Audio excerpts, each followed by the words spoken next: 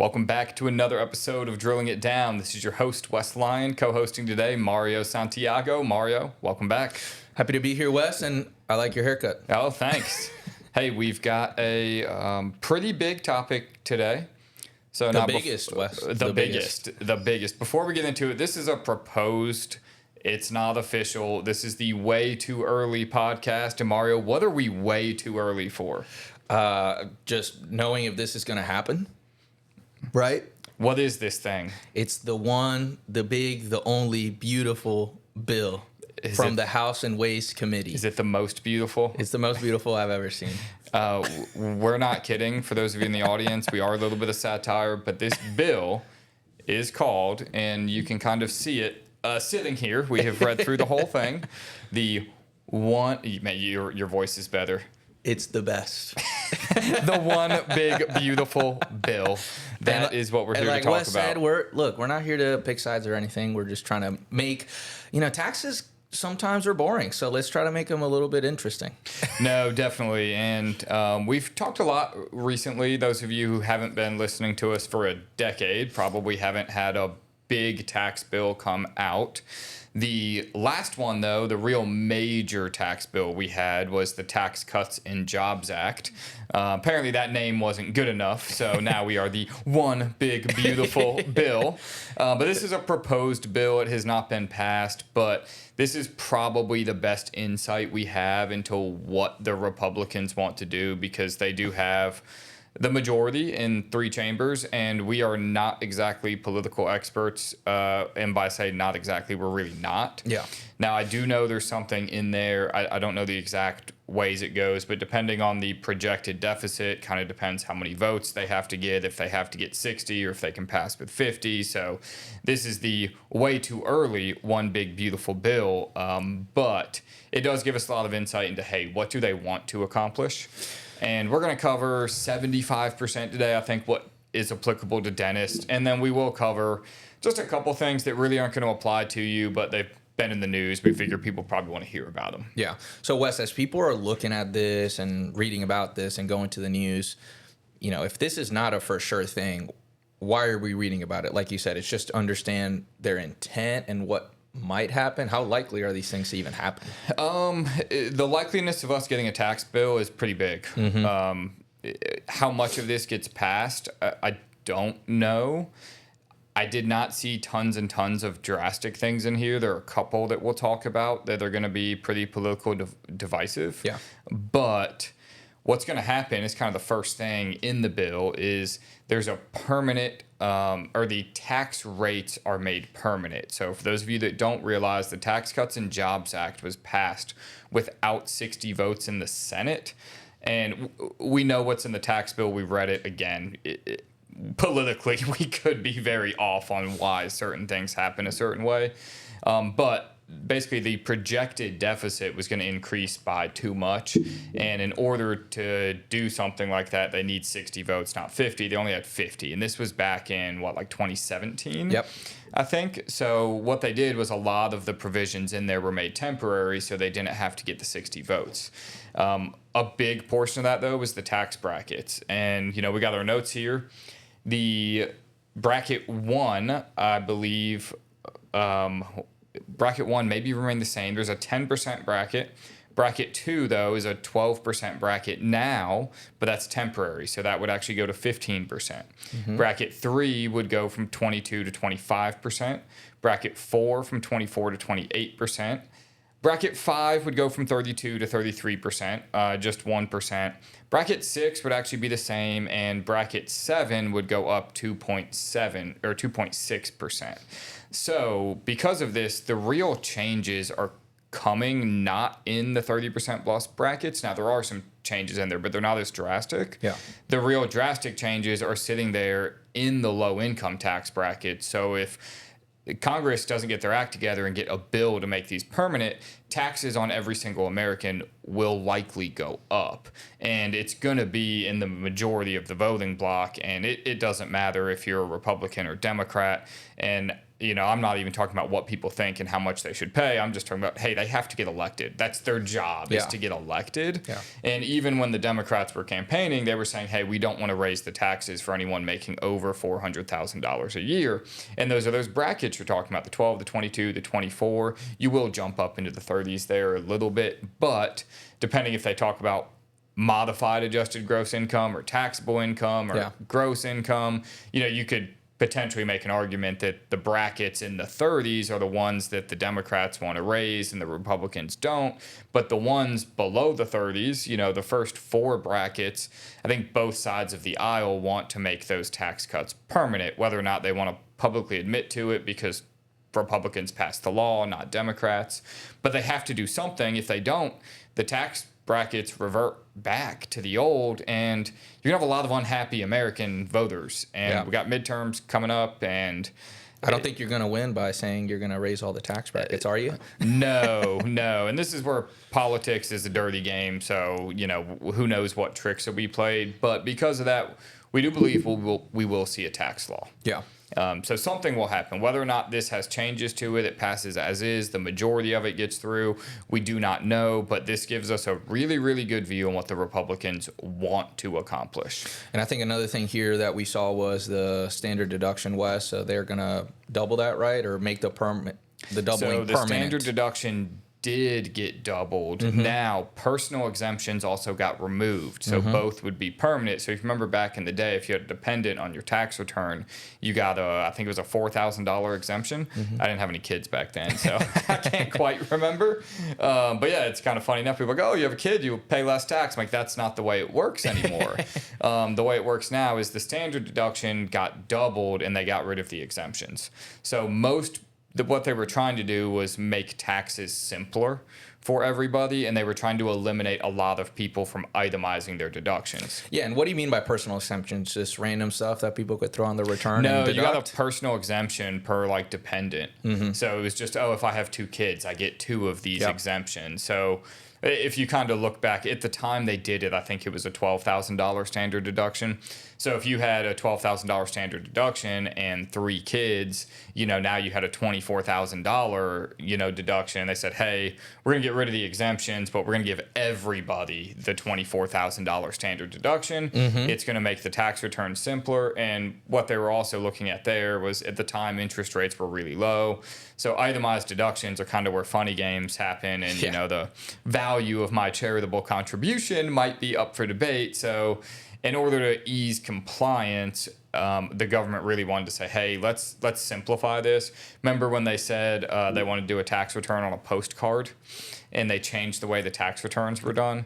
So theoretically, if you had nothing else, you could potentially have a 1-page front and back return. Most people will not. That sounds nice. But they were really trying to simplify compliance there. Well, while we're on that, Wes, on those itemized deductions, standard deductions, they're talking about the SALT cap that I think people have been talking about, right? Just raising that limit from, I believe. The SALT, is that because you're salty? You're salty about your taxes. That's why. A lot of people are salty in A lot of people states. are salty about this issue. What? I wonder if there is a reason why I know it stands for something, but. State and local tax deduction. But they were trying to be funny, right? I don't know if they were. No, I don't think IRS people are funny. But they're trying to raise that to $30,000. So the state and local taxes you can deduct as part of itemized deductions went down to $10,000, and this was also some of it. This is just opinionated. Again, we don't care what side of the aisle anyone's on. But if you look at what states have the highest state income tax rate and what states voted for the president that passed this bill, they seem to, there seems to be an opposite effect there. So it probably had more of a negative effect on the Democrat states. Not all of them are this way, but New York, Minnesota, and California are 3 of the worst offenders, especially if you're in New York City. Well, if I have to pay $100,000 of state income taxes pre-Tax Cuts and Jobs Act, I was able to deduct it against my federal income tax. So even though I paid $100, I really only net paid $63 because I was in the 37% income tax bracket. And this is in theory. I wish I had that problem back in the day. But they went in there and they capped that. to $10,000. So they want to increase the cap to $30,000, but they're also going to phase it out based off your income. So if your income is more than, I think, modified adjusted gross income was at $400,000. I think so. And then It's sitting here in my notes. But yeah, basically you can get up to a $30,000 deduction, but only if your income's below a certain threshold. So the SALT cap theoretically is going to be more favorable. But Mario, what was in the end of the tax bill that relates to this? So was it the one about capping the itemized deductions? No, they're going to get rid of the pass-through entity tax. Oh, yeah, as it relates to that. Yeah, so, the workaround was, okay, if we reach this cap of 10,000, now we can run some of those state taxes through our, let's say, our S corporation. Or partnership or S yeah. corporation, you can But now pay they're them. trying to get rid of that. So this law would eliminate the ability to do that. So as it's written, it kind of looks like a positive. Hey, we can go from 10,000 to 30,000, but if my income gets too high, I can't, and I will no longer be able to pay for it and deduct it through my entity. Yeah. So this is probably the provision that could cost a lot of the doctors money. So tax planning is going to get a bit more important. And the one I was alluding to, if I'm not mistaken, is that on the charitables, on your itemized deductions, there's a limit now, right? In terms of how much you can itemize in total based on a certain percentage.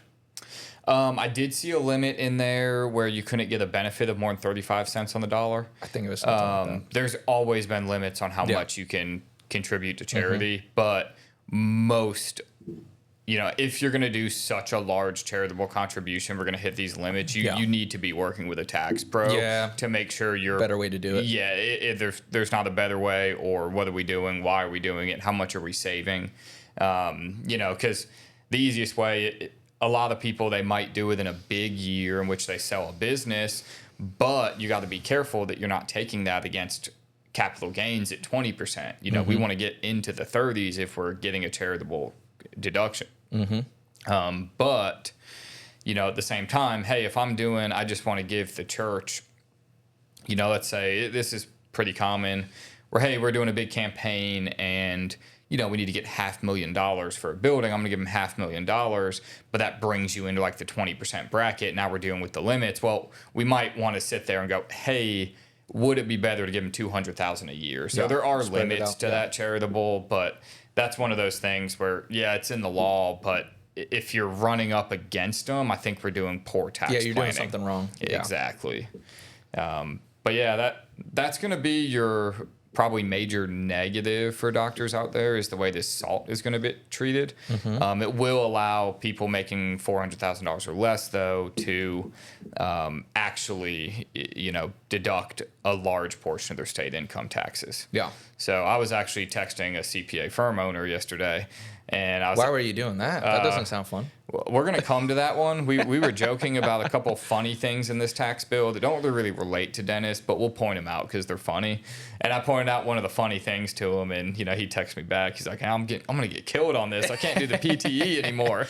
Wes, I'd love for us to publish a text thread of two CPAs texting each other. I mean, that's got to be entertaining, right? Oh, very, very. Paragraphs. We might win awards for the most entertaining CPAs. Now, that is like, that is the participation award of comedy, but hey, most improved, or what's the other award they give to anybody? You got the best attendance, basketball practice. You're the worst player, but you showed up to everything. Wes has these, I don't know if you call them postcards or cards in his office that just basically say like, good job. And he said he's been thinking about dropping them off at everyone's offices. Oh yeah. It's like, one of them's like, keep your thoughts to yourselves. Nobody else needs to hear them, or, we're much worse off as a team than we are as one. Yep.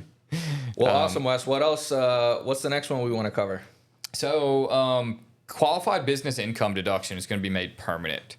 So this is going to be your 20% qualified business income deduction off of your profits, going to be permanently put into law. This made tax planning very complicated. Which a lot of people still don't It's funny. We go talk about this. Who's doing the QBI or qualify? And people are like, what are you talking about? A lot of people aren't that aware of it. Well, now it's going to really interact here because the rate is going to go from 20 to 23%. If this passes, by the way, we're talking all theory here. Yeah. But it goes from 20 to 23%, but you've also got this SALT cap. And now you can't do the pass-through entity deduction. So now you're sitting there, hey, if I can get money into retirement, I can get out of the 30% brackets. I can pick up the 23% qualified business income deduction, and I might requalify myself for a $30,000 SALT deduction. So they said, hey, you know, they must be watching us, and they're like, wow, Wes, you got this dialed in. You finally figured out how to get everyone to pay the least amount of tax. So here, we're going to throw you a curveball. Yeah. Doesn't sound like ChatGPT can do that calculation for me. No, ChatGPT definitely not helping you out here. No, that one is important. I know the other ones I kind of read about that probably don't apply to us, but we said we wanted to just chat on them a bit because they're all over the news. It's like tax on tips and tax on overtime. So I asked Wes, you know, if we come over here and we flip the iPad to you and we charge a tip, does this apply to us? Oh, unfortunately, it does not. Oh, man. So it's only certain lines of businesses, but I've got great news for my wife's hairdresser if she listens to this. Catherine, you know, she does the best hair. I like that one. Yeah, so it turns out hairdressers got added to the hair people. Barbers got added to the definition.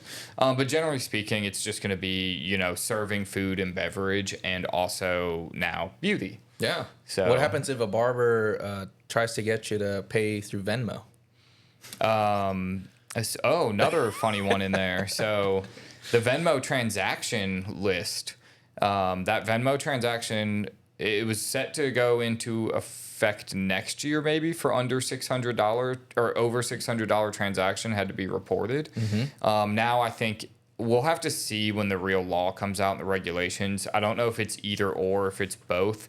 But if you have more than 200 transactions and or, I'm not sure which one, and or $20,000, then it gets reported. But, you know, no longer, you know, if you're paying your, you know, bunch of kids paying each other for utilities and sending rent because one person's writing the check for the house, that's no longer going to be reported. So that should be easier. But yeah, the no tax on tips one, that one's going to be a little bit easier. It's only on above the minimum wage threshold. And I think the reasoning there might have been, you know, back in the day, and I don't know if any of y'all still do this, but I still carry around a wad of cash so that, you know, when I go get service people, they don't have to pay tax on it. Yeah. Well, they should, but I know they're not going to. So try to help them out a little bit. Comes from experience. Wes used to be, you were a caddy for a major golf player, right? Oh, no, sorry. You worked at the pro shop.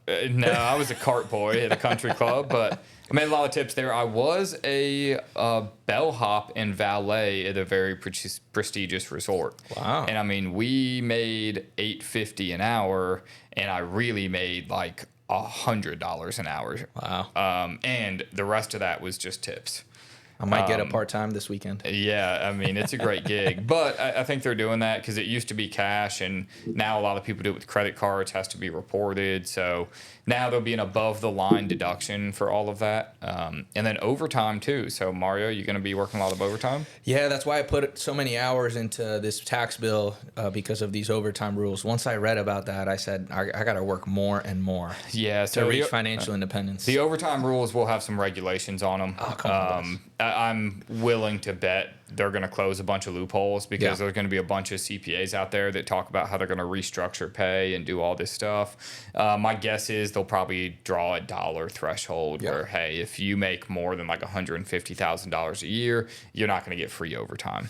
Yeah, plus the owners of these businesses aren't just going to promote overtime just because they got to pay it. I mean, hey, if you can go to somebody, though, and a lot of the businesses, you can go to somebody and say, hey, we really need to hire, but we only need half a person. If you work 20 hours a week extra, you know, true. It's overtime and you don't have to pay tax on it. Sounds like a pretty good gig But to me. I think that's really directed towards blue collar industries that do work tons of overtime. Yeah, and same with the tips, right? It's really targeted towards certain businesses, and some service or trade or businesses are actually going to be excluded. So Yeah, so it does say here no tax on overtime is not eligible for highly compensated employees. Now, Mario, a couple other funny ones. You actually be able to deduct the interest on vehicle purchases if final assembly is in North America. There's an income phase out above this, so if you make more than $200,000, you can't. This is what I was texting the CPA about. I was like, hey, you're going to need to be doing a lot of redneck tax returns, and I might be one of them. It's like, what? I'm like, hey, not only, motor vehicles, passenger vehicles, but side-by-sides and ATVs are in here. So the blue-collar boys, I mean, they won, right? If this goes through, they get no tax on their overtime.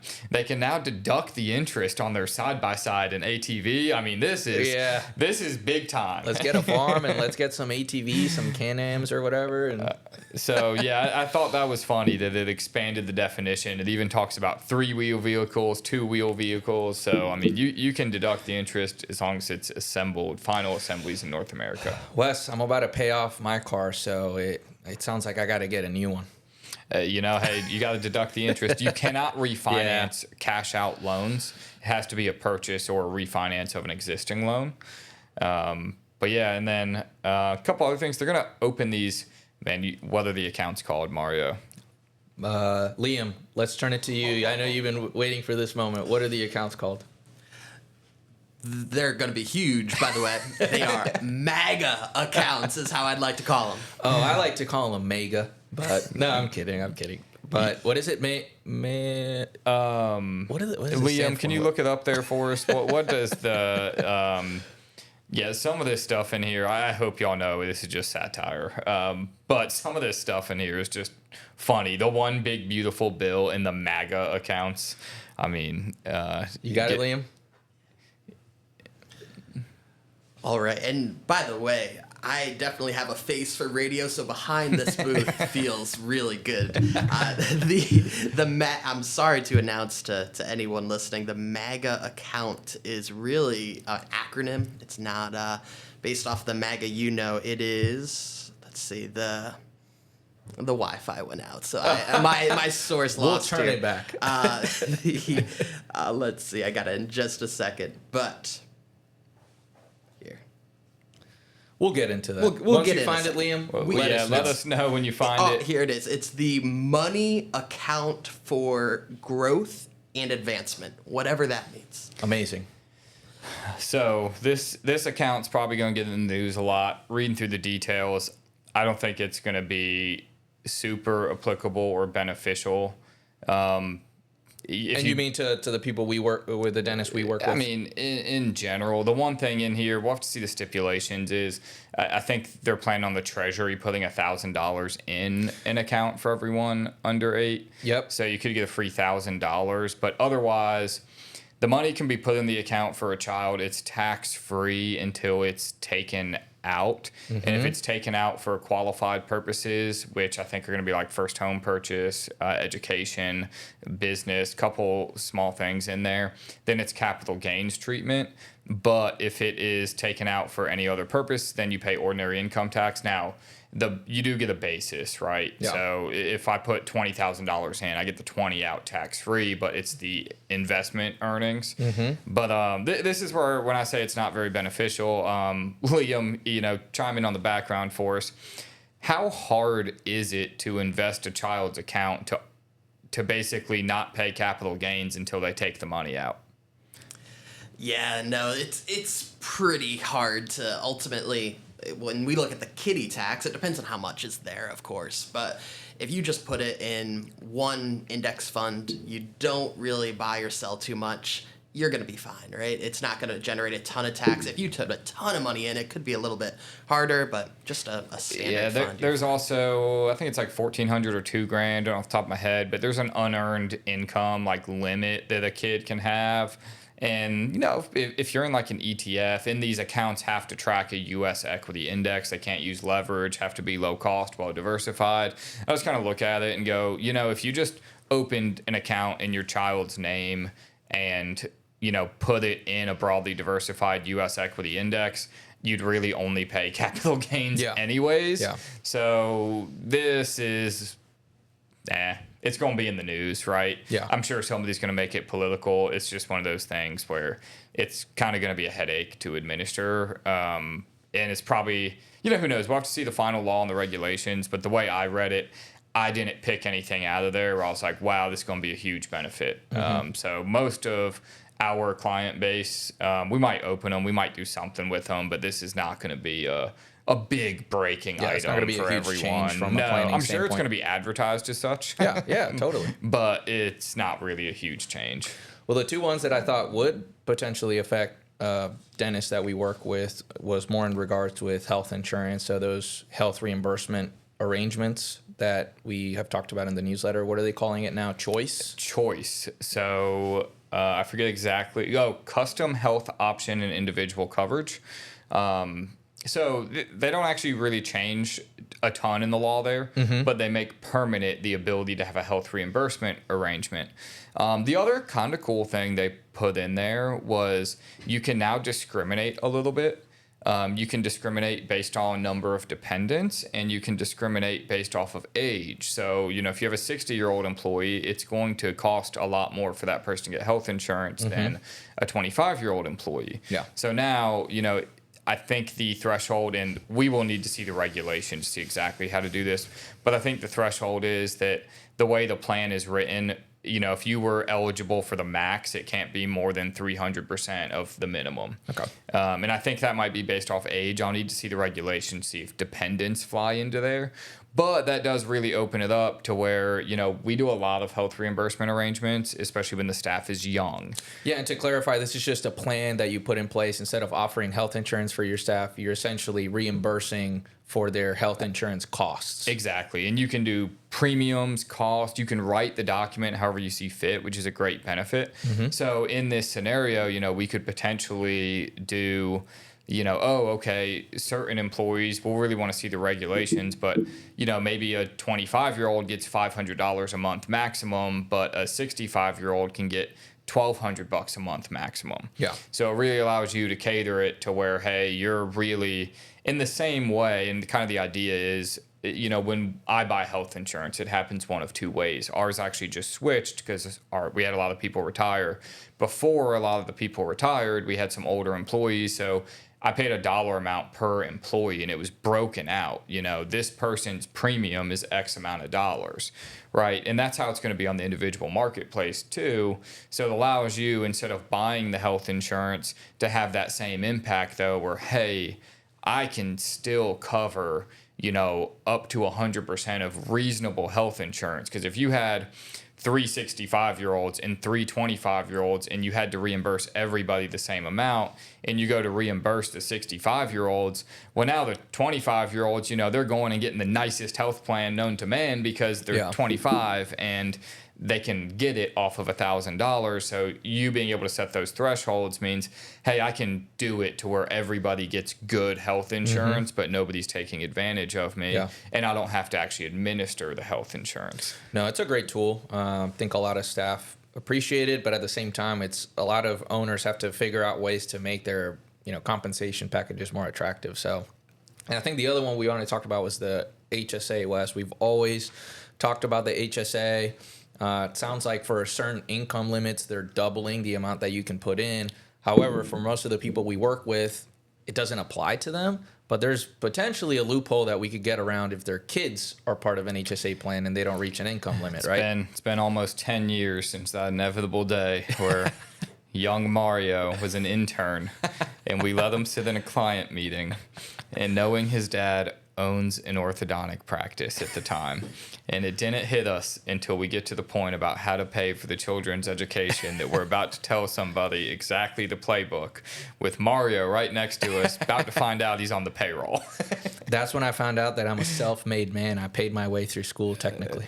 That's right. But what this really does, the limits are low, so the HSA limit doubling isn't really going to impact most of the dentists out there. However, if your child is an independent and they're on their own tax return because you've got that paying them for marketing, other things, paying them a lot of money. Now their income's low enough where, hey, we can do this double HSA deduction. So if everything's structured correctly, we might be able to put like $17,000 in HSA, which would bump up the amount we can pay a child tax-free if we can justify it. From like right now we're at like 37 plus the HSA, we get to like 45. We could potentially get to like 52,000 tax-free going to a kid. So that could be a big tax planning opportunity for everyone there. I think that's the one I'm most excited about. I think the one everyone's going to be most excited about is 100% bonus depreciation would come back. Wes, this is how I picture the texting conversation between CPAs. Oh my gosh, 100% bonus is back. Everybody else is asking, what are you talking about? That's not how it goes at all. It goes Range Rovers getting bought in mass next year. You see a lot of new cars. It's funny, you see someone who owns a business and there's a Porsche sitting in their driveway and you're like, yeah, they definitely just convinced themselves that they could buy that because of bonus or Section 179. You know, it was funny. We were actually talking about this, and, you know, we've kind of got a comfort level with what's reasonable on a business. And pre-COVID, you know, people put a Range Rover on a practice, and we're just like, yeah, okay, cool. We got one vehicle in the practice. Man, those Range Rovers are getting up to like 250. Yeah. So now they're coming through, and we're like, oh, a $250,000 bonus depreciation deduction on a vehicle, is that ordinary and necessary? So yeah, Wes, what's the most expensive car you've seen run through a business? I know you didn't recommend that this person do this, but I'm guessing you've seen people out there. Yeah, I've seen them try to run all sorts of stuff through. You know, we've gotten to the $400,000 range. I've seen somebody with 7 vehicles on the practice. Wow, they got a whole fleet. Yeah, so no, it's, you know, we always want one, but 100% bonus depreciation coming back will be a big one for everybody. And I think what that means in reality, we've always said, don't just get a car to get a car, but look, if you're going to get a car sometime soon and, you know, let's say there is a chance to go back to 100%, we used to tell people, let's get it now because 100% bonus is going to turn to 80% to 60%. So, now, are we flipping that and saying, wait a little bit? Yeah, because if this goes through, it would go through probably as of the beginning of the year would be my guess. But the 100% bonus depreciation would actually stick through 2030. Yeah. So awesome. we'd have some time there to really work it out, get the vehicle you want. And now you no longer, if you're a pickup truck guy, you would no longer have to go get the 6.5 foot bed. Oh, man. You can get the 5.5 foot. I'm devastated. Which I still, I can't get enough in a 5.5 foot bed. Every time I talk about trucks with people, I need to defer to Wes because he's the truck expert. Hey, you know, the big diesel trucks are always 100% under 179. So, well, now that we're on this, Wes, the clean vehicle credits, those are being scrapped. We don't like clean vehicles anymore. Is that the gist of it? Yeah, so the clean vehicle credits, most of the energy efficient credits, all of it basically gone if this goes through. So just eliminated. And is the reason they're doing that, was it just benefiting high income people too much? The reason...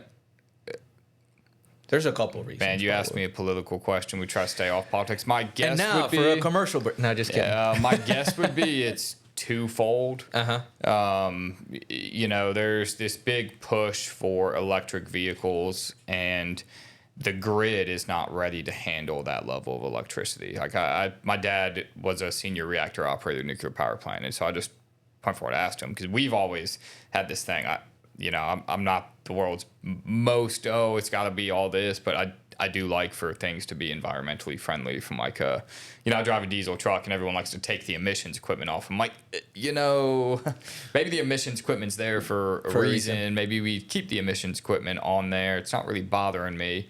But the grid could not handle if this country went electric. I mean, you look at California that really, really pushes it, and then they also have rolling blackouts.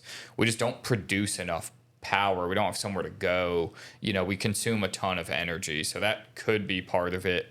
Another part of it is we do have a lot of natural resources here, and in the first administration they really looked to expand that. The other one is, this is probably the more political one, but they probably view this to some extent as handouts to things that aren't profitable, which is actually quite entertaining. This is the most political I'll get, but his little right-hand MAGA man, or he's not really a little man, but the person producing the most electric vehicles is sitting in the Trump administration right now, and this is, that's probably the most impacted. So they're going to get rid of that $7,500 credit. I do think there's also something there on that most of the people buying electric vehicles are higher income. If I've always talked to my wife, like, oh, why would anyone buy it? I'm like, honestly, I would love to have a Tesla. Like, I think they're cool. But it would have to be an extra car because I wouldn't leave town in the thing. Yeah. And that's probably a little bit of driving it too, is this is really a tax credit for the elites. It's not really a tax credit for the hourly workers. Yeah. But that one's probably the most political thing in here. The rest of it seems to make sense on why. You might not agree with it, but why. That's the one where you kind of look, and that's going to get people heated for sure.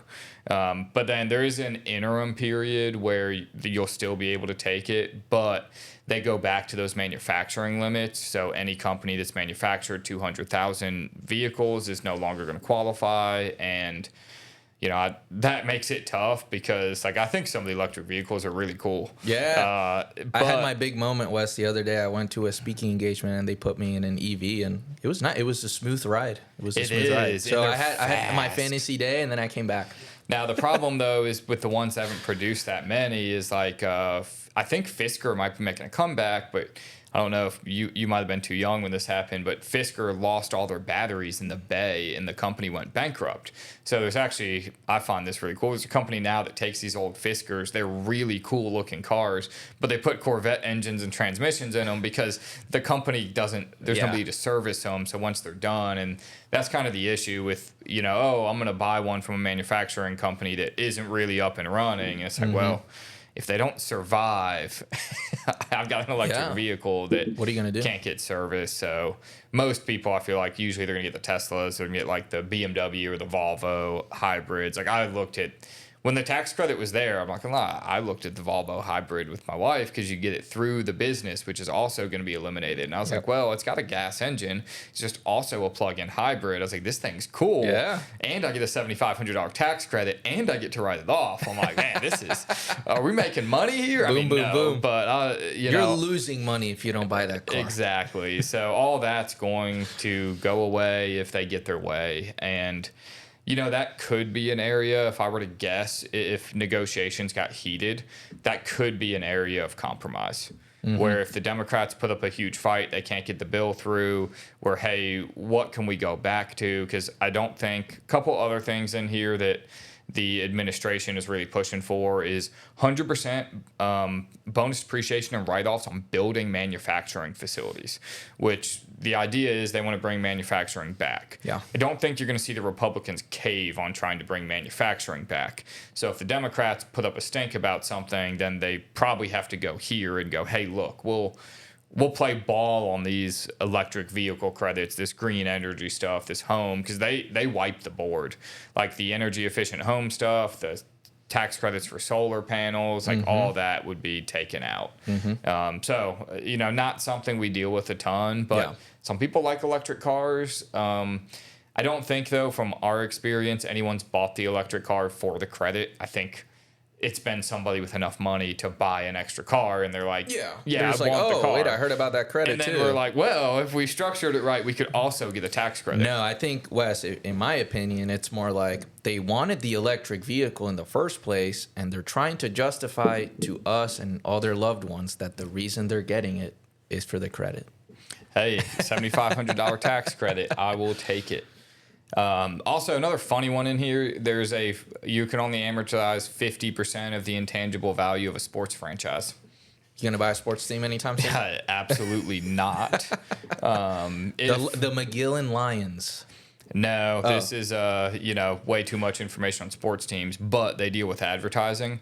And I think if Kennedy got his way and pharmaceutical companies weren't allowed to advertise on TV anymore, those sports franchises, in my mind. I don't not know enough about it. This is something where I like, just think on the outside. I'm like, wow, those values, if the TV revenue went down, I mean, that's what's paying bills.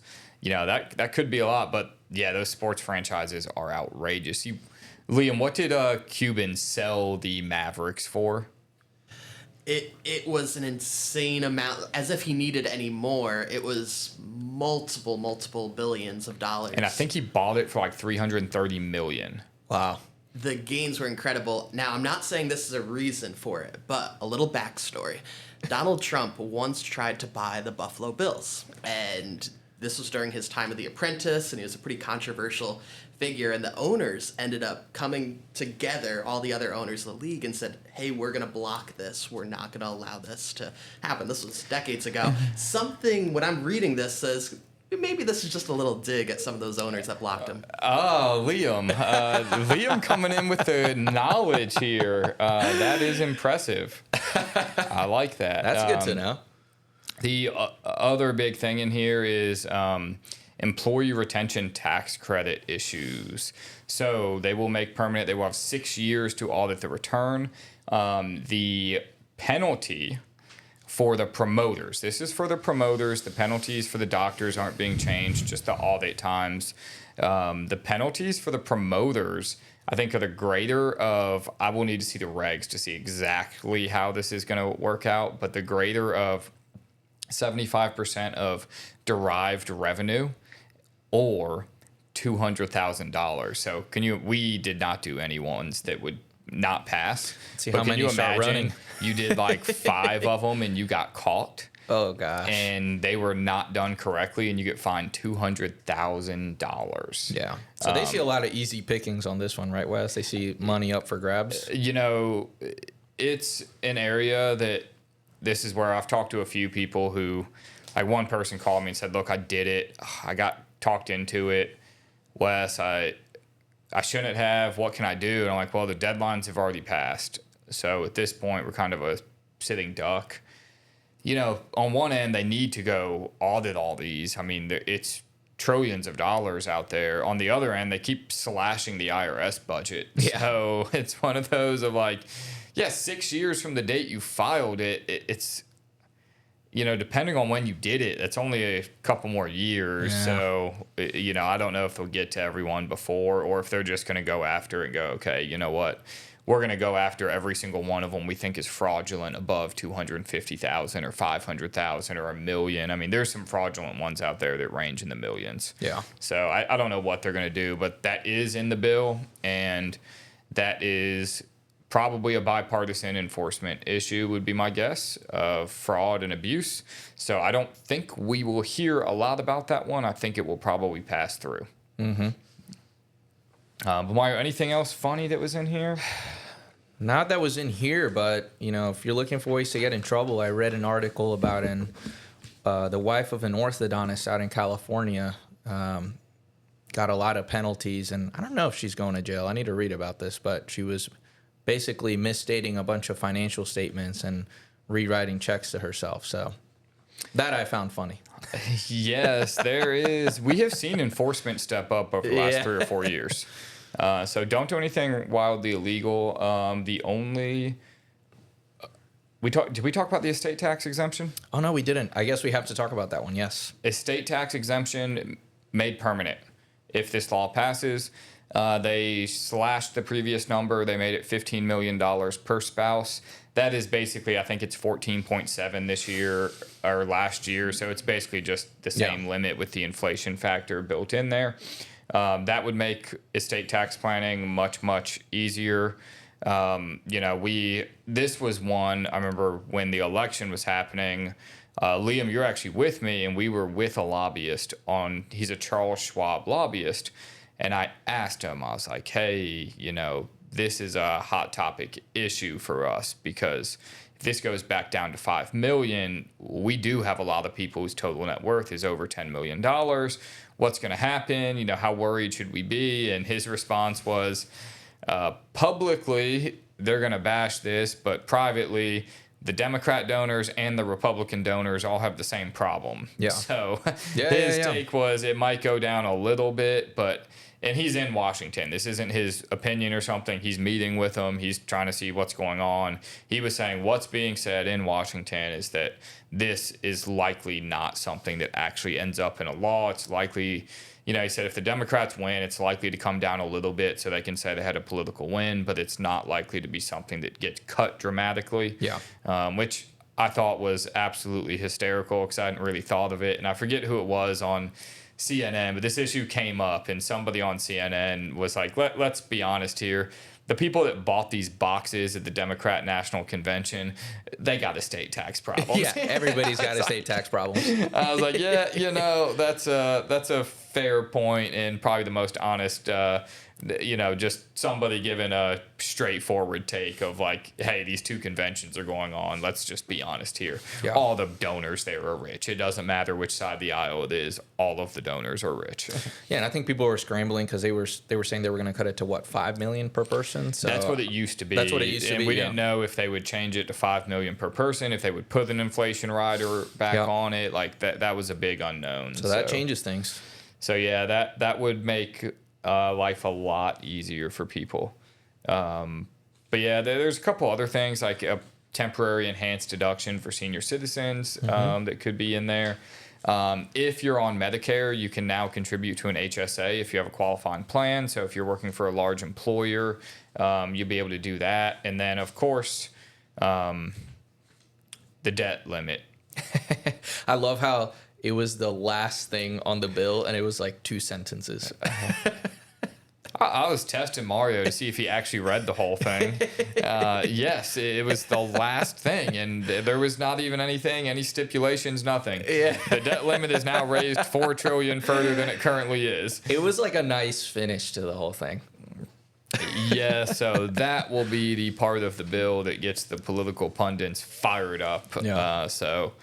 We'll see. But yeah, overall, though, with the SALT deduction, tax planning is going to be much, much more important. Again, with no PTE tax, so tax planning is going to be utterly important. If I had to take a wild guess with the elimination of that SALT deduction, I think most practice owners' taxes might actually go up a little bit. So hopefully that's not the news you were not looking for, but just giving an honest take of me looking through this. Definitely a couple opportunities to get some little bit better tax planning in there, but overall, much of the same law. Get rid of the PTE tax, and if you're over $400,000, you're not going to be able to deduct more than $10,000 of state and local taxes. So getting your income, doing all the things, getting it below that 400,000 mark is going to, you're going to get QBI plus SALT. So now it's, a little bit more in there. Yeah, no, and we'll keep everyone updated as we hear more news and see what's concrete, but I think it's important to at least figure out what's going on and what they're talking about. Yep. So that pretty much wraps up our one big, beautiful bill. Well, Wes episode. came into my office this morning. He said, we have an emergency podcast. And I don't know. There's not a lot of emergencies in the CPA world, but. Yeah, it took me a couple days to wrangle through this whole thing and make sure I knew everything in it. So as you all can see here, this is the one big, beautiful bill. Printed here on paper, but we'll have more out. We'll have a little bit more in-depth tax planning sitting in the newsletter. So if you're not a subscriber, go to McGillAdvisory.com. Make sure you subscribe to the newsletter. Comes every month right to your doorstep. $300 a year, printed on nice paper, and it's everything you need to know as a practice owner. But we will keep everybody updated as we get more information. Remember, this is the way too early podcast of the, what's it called, Mario? The big bill. The big bill. The most beautiful bill. Sorry, I'm forgetting. There's a lot of B's in there. The one big beautiful bill. Way too early, though. This has not passed, so nobody get up in arms over it yet. We'll see what actually gets passed. But it's out there. It's going to be on the news. We figured we'd break it down for you. I did not. John actually read. He read news articles about it. I did not. When I found out it was out, I went and printed the bill. We don't need to hear any political pundits' opinion of what's in here or something. We just want to read it, figure out what's in it, how it's going to impact you. And overall, not major impacts, but taxes could go up a little bit. So make sure you get more tax planning involved. Yeah. With that, We'll see you all next episode. Liam, thanks for producing behind the scenes. All right, until next time.